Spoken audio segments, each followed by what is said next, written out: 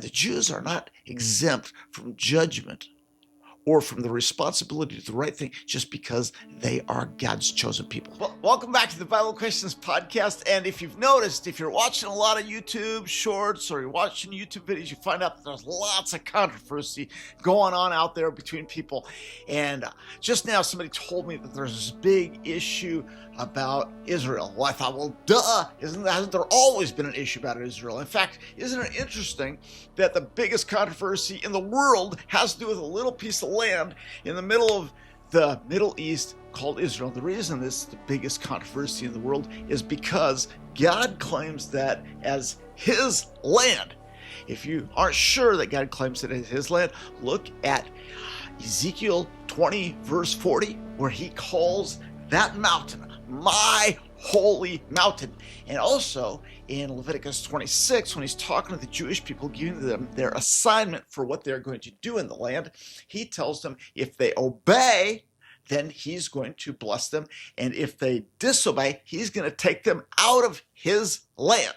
And he calls it his land. So whoever's arguing about whose land it belongs to, God clarifies it in Leviticus 26, and he says it's his. And even the Jewish people who live there are his tenants and must obey his rules. So, with that in mind, the question I got yesterday was this. The question was, in view of what's going on in Israel and the hoopla about Israel, what is the proper view of Christians, especially Christians in America, toward Israel and the Jewish people today? So to answer that question, let's start by looking at Revelation 12. Revelation 12 is this drama of this dragon who wants to destroy Israel. Let's read it. A great and wondrous sign appeared in heaven. This is John looking at this dramatic pageant in heaven, and a woman clothed with the sun. Well, who's that woman? Well, it's Israel. That's who that woman represents. A woman clothed with the sun, with the moon under her feet, and a crown of 12 stars on her head, representing the 12 tribes of Israel.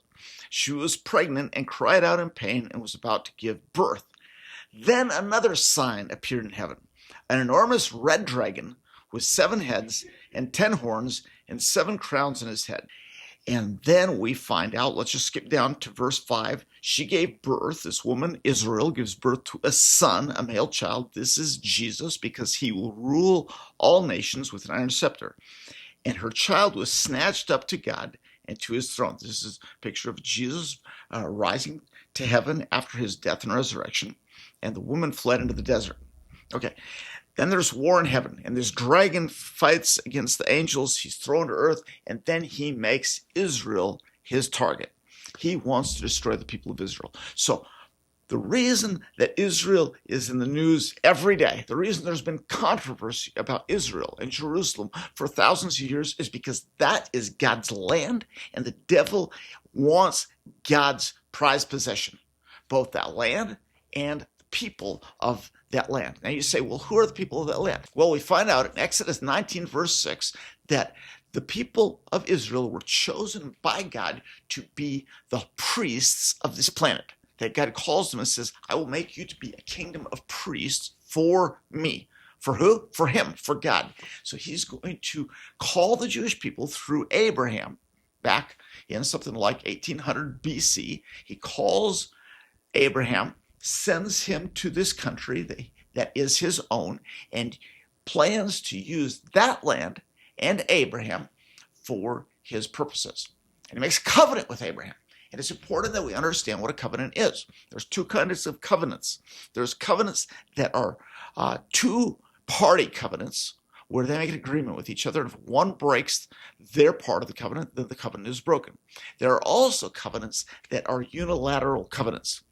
And the covenant that God makes with, first of all, with Abraham, and then a covenant later with David, both of these covenants are covenants that are from God.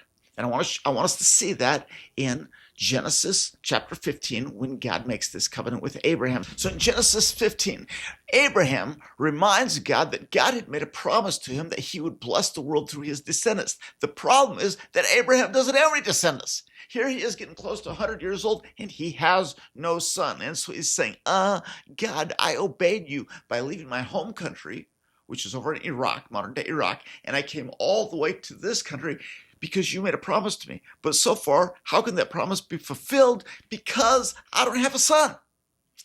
And so God tells him, look, you go get some animals. He tells him which kind of animals to get. You bring them here and we're going to make a sacrifice. And with this sacrifice, I'm going to make you a promise. So let's read what God does. So the Lord said to him, bring me a heifer, a goat, and a ram, each 3 years old, along with a dove and a young pigeon. And Abraham brought these to him, to God, and cut them in two and arranged the halves opposite each other. The birds, however, he did not cut in half. This is what Abraham does. He cuts these animals in half, puts half of the animals on this side, half the animals on this side. And then, as the sun was setting, verse 12, as the sun was setting, Abraham fell into a deep sleep, and the thick and dreadful darkness came over him. And the Lord said to him in his sleep, in his dream, know for certain that your descendants, here he's talking about his descendants, be sure, Abraham, that you will have descendants. And this is what's going to happen with your descendants. They will be strangers in a country not their own, speaking of Egypt. And they will be enslaved and mistreated for 400 years. But I will punish the nation they serve as slaves, and after they will come out with great possessions. He's talking about the time that the Israelites spend in Egypt. You, however, you'll go to your fathers in peace and be buried at a good old age. In other words, you're going to pass away, Abraham, but this is going to be something that's way in the future. And in the fourth generation, your descendants will come back here to this place, to that land of Israel, for the sin of the Amorites has not reached its full measure. Now, this is interesting. Abraham is asking, where's the fulfillment of your promise? And God is saying to Abraham in this dream, where he puts these animals on either side, he says, look, it's not going to happen in your lifetime. You're going to go ahead and pass away, and there's going to be a 400-year period until the sin of the Amorites, the sin of these people, has reached the point where I can't stand it anymore. And then I'm going to use your people, your descendants, who are in bondage in Egypt, and I'm going to bring them here to this land, and I'm going to use your people to destroy the Amorites. And that's what happens. Verse 18, on that day, the Lord made a covenant. Now think about what this means. God made a covenant with Abraham. They didn't make a covenant with each other. God made a covenant with Abraham, and he said, to your descendants, here that descendant topic is again. Abraham asked about, I don't got any kids, and God is saying, don't you worry, you're going to have descendants. And to your descendants, I will give this land. Who's God giving this land to? To the descendants of Abraham, specifically the descendants of Abraham's son Isaac. I'll give you this land from the river of Egypt, that's the Nile River, to the great river, the Euphrates. That land, all the way from Egypt, all the way to the Euphrates River, that land is going to be given to the descendants of Abraham, the Jewish people. Now, you might like that, you might not like that. I might like that, I might like that. But that's what God says. Okay, now that covenant is confirmed again to Isaac. God re-speaks the same covenant, the same promise to Abraham's son Isaac. And I want us to see this. The Lord appeared to Isaac. This is Abraham's son Isaac. He appeared to Isaac and said, do not go down to Egypt, not yet. Live in the land, that land of Israel, what we call Israel now, where I tell you to live. Stay in this land, and I will be with you, and I will bless you. For to you and your descendants I will give all these lands, and will confirm the oath I swore to your forefather Abraham. I will make your descendants as numerous as the stars in the sky, and will give them all these lands. And through your offspring, all nations on earth will be blessed. What's God saying? God is saying, this land is my land, and I'm going to give it to the descendants of Abraham and Isaac. And because I'm giving it to them, they are going to be a blessing to the whole earth. God's plan was not just to bless the Jewish people. His plan was to use the Jewish people as holy priests to bless the entire planet. That's God's plan. So he said that to Abraham, that he said it to Isaac, and I want us to see that he also says the same thing to Jacob. After Jacob returned from Paddan Aram, that's that area of Mesopotamia by the Euphrates River, God appeared to him again and blessed him. And God said to him, your name is Jacob, which means heel catcher or deceiver, and you will no longer be called Jacob. Your name will be Israel. So he named him Israel. And God said to him, I am the Lord Almighty. Be fruitful and increase in number. A nation and community of nations will come from you, Jacob.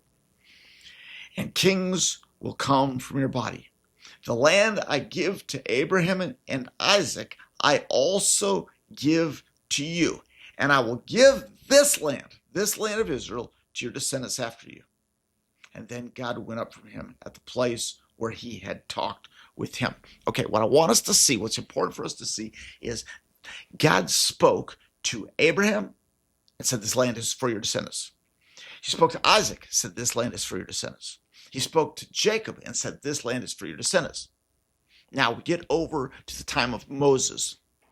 At the time of Moses, there is a conditional covenant. When we get to the time of Moses, there is a conditional covenant that God makes with the people of Israel.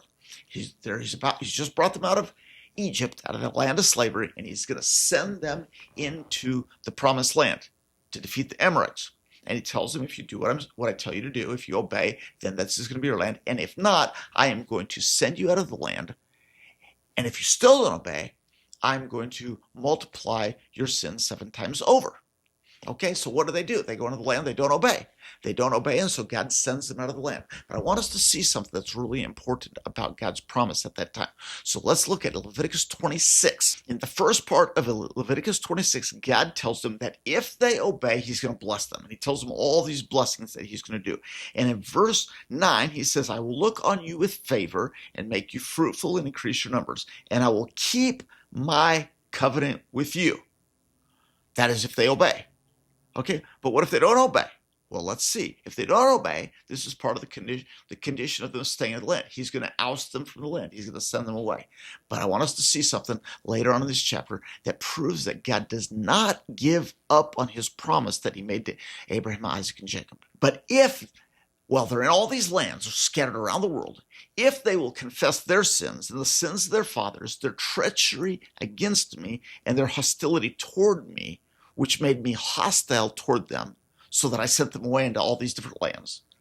Then when their uncircumcised hearts are humbled, and they pay for their sin, I will remember my covenant with Jacob, and my covenant with Isaac, and my covenant with Abraham, and I will remember the land. What he's saying is that there will become a time way in the future when the people of Israel would turn back to the Lord and that he would bring them back to the land of Israel.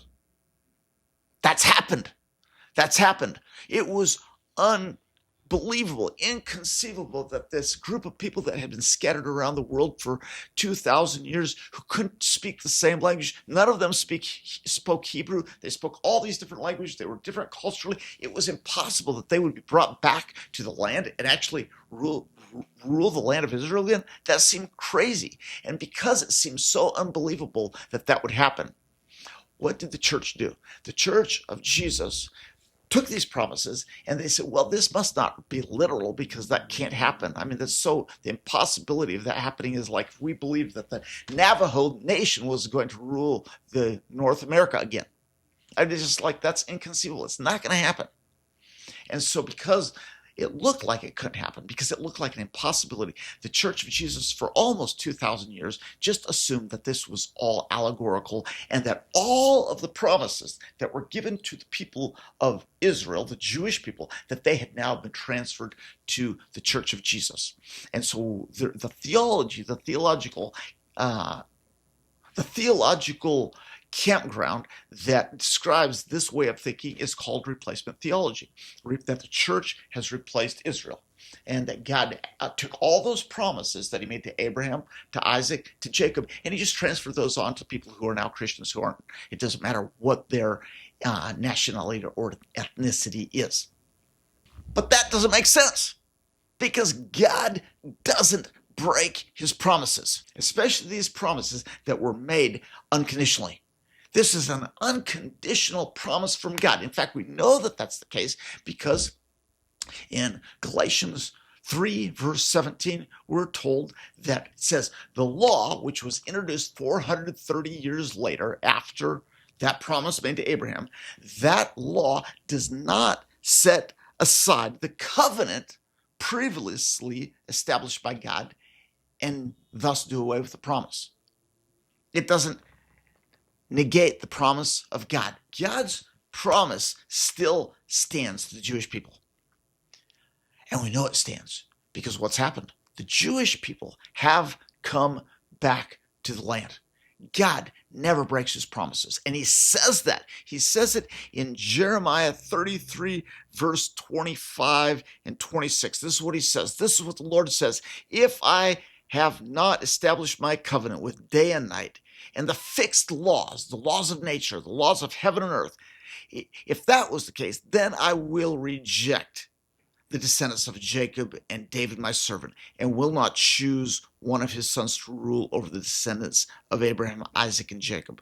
For I will restore their fortunes, and I will have compassion on them. And he promises again and again through the Old Testament that he will bring them back to the land of Israel. Now, you might think, well, what about all the bad stuff that the Jews have done? Okay, what about it? Sure, I'm not claiming, the Bible's not claiming that the Jews are necessarily the nicest people in the world. Some are, some aren't. Are you the nicest person in the world? Probably not. Here's the point, that God uses his people, even if they're not nice people. Is it possible that the Jewish people are being used by God in the big picture while still doing things that they shouldn't do in the small picture? Yeah, because that's the story of my life and your life. We have messed up big time, and we are not excused from one thing that we do wrong or one thing that we say wrong just because God loves us. And the Jews are not exempt from judgment or from the responsibility to do the right thing just because they are God's chosen people. Now, this is not the end of the story, because at this point, there are so few Jews who understand who their Messiah is. Jesus came to that which was his own, but his own received him not, we're told in John 1. They didn't believe him. They rejected him. They rejected him, and because of their rejection of him, they have faced exile for the past almost 2,000 years until 1948 and 1967. Here's the great news. There is a time coming when the Jews will look upon the one they have pierced, and they will mourn for him as one mourns for an only son. We're told in the last chapters of Zechariah. And also Jesus says, remember when Jesus rides into Jerusalem on the donkey and he says, you won't see me again until the day you say, blessed is he who comes in the name of the Lord. In other words, Jesus says, there is a time coming when you're going to cry out for me and you're going to invite me to come. And when you do that, I will come and I will save Israel. Let me just give you one great bit of news. That there are about 300 Messianic Jewish congregations in Israel now. You know how many there were at the time that the Jewish state was formed in 1948? None. And at the time I was born, there was probably 4 or 5 Jewish congregations in the land of Israel. And now there are, estimates say, as many as 300. You know what that means? That means that the Jews are realizing faster than ever before, more than ever before, that Jesus is their long-awaited Messiah. That he is the King of Kings and Lord of Lords, and that he will come back and he will rule on David's throne from Jerusalem forever.